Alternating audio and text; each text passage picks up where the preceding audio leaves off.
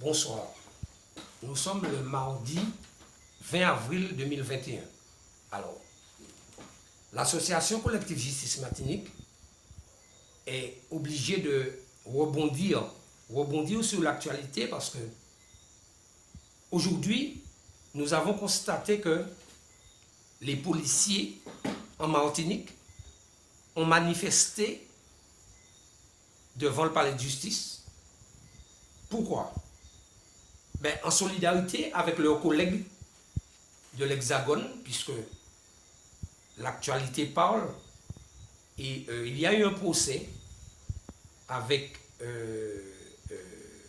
un procès en appel avec les jeunes qui avaient mis feu au véhicule de police à Viry-Châtillon. Alors, nous, association, on n'a pas vu le dossier. Donc on ne peut pas se prononcer, nous n'avons pas les éléments de fait, nous n'avons pas non plus les éléments de droit, donc on ne peut pas porter d'analyse approfondie. Mais pour le coup, les policiers sont vent debout contre la décision de justice en appel. Alors c'est ça qu'il faut retenir. Il faut retenir qu'aujourd'hui, les policiers manifestent contre la qualité des décisions de justice. Alors, quand on voit ça, nous, en Martinique, nous sommes en droit de nous interroger parce que, vous le savez, il y a des violences policières en Martinique. Il y a aussi des violences de la gendarmerie parce que il ne faut pas confondre la gendarmerie et la police. La Constitution française, la voilà, encore, cette fameuse Constitution. La Constitution française fait bien la distinction. Parce que les gendarmes, ce sont des militaires. Donc des militaires qui obéissent au chef des armées. Le chef des armées, c'est le chef de l'État, c'est Macron. Mais la police est là pour garantir les droits de l'homme. Ce n'est pas la même chose. Donc on a un réel problème. Alors, regardez vous-même. Voici toujours extrait de cette même constitution. La garantie des droits de l'homme et du citoyen, vous pouvez lire ici, nécessite une force publique.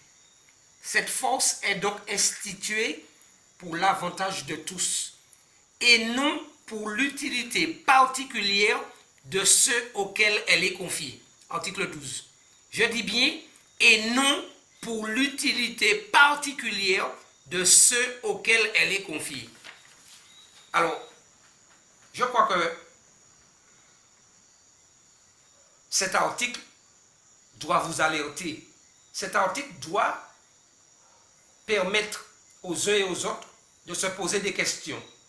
C'est-à-dire que vous avez des policiers qui, en fait, sont là pour l'utilité particulière du pouvoir. Donc, pour protéger le pouvoir. Et non pas pour garantir les droits de l'homme. D'ailleurs, vous avez bien vu que les policiers n'hésitent pas à faire preuve de violence sur nos camarades ici en Martinique. On l'a vu dans l'affaire Kezia. Mais nous-mêmes, ici dans cette association,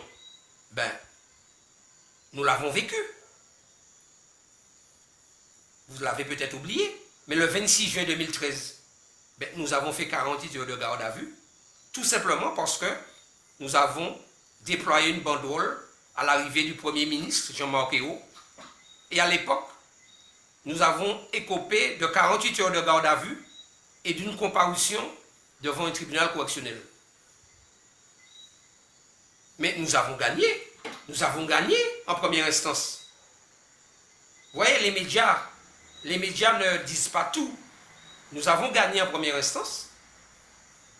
Et pour ne pas perdre la face, les policiers et le parquet font appel. Plus de 2 mois après, ils font appel, alors que ce n'est pas ce que prévoit la loi. le code de procédure pénale, on vous parle d'obéissance à la loi. Ce n'est pas ce que prévoit la loi. Ils font appel. Et ils ne se contentent pas, on va dire, de vices de procédure. Ils vont même jusqu'à violer des scellés.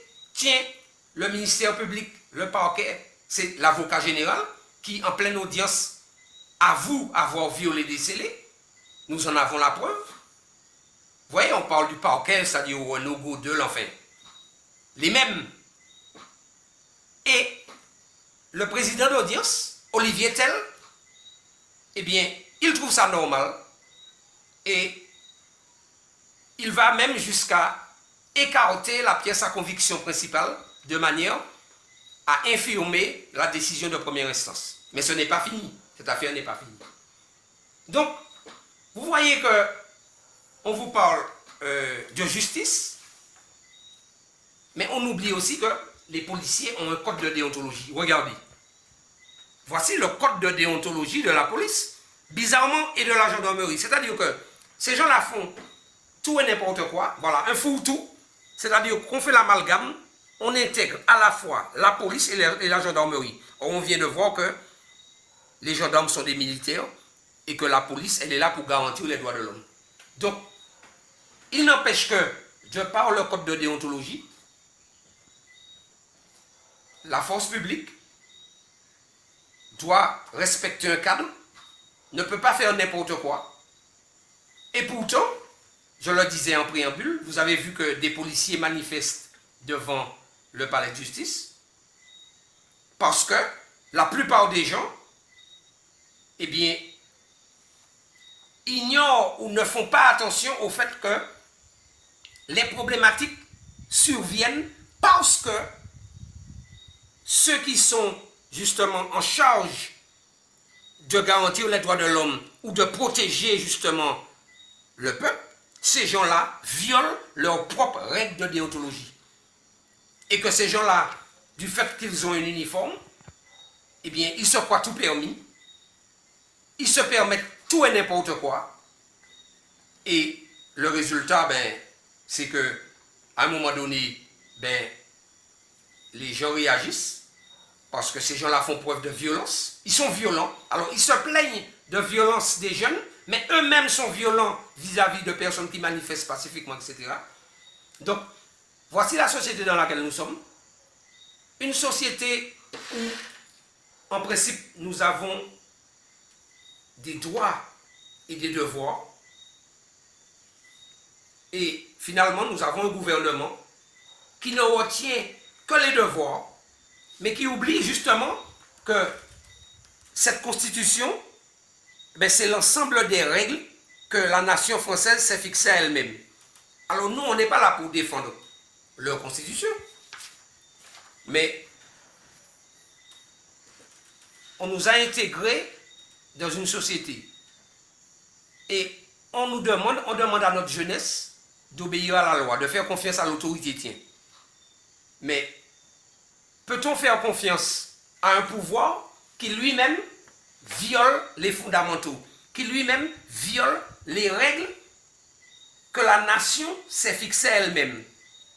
Il faut rappeler que la Constitution, c'est le droit suprême au-dessus des lois ordinaires et organiques.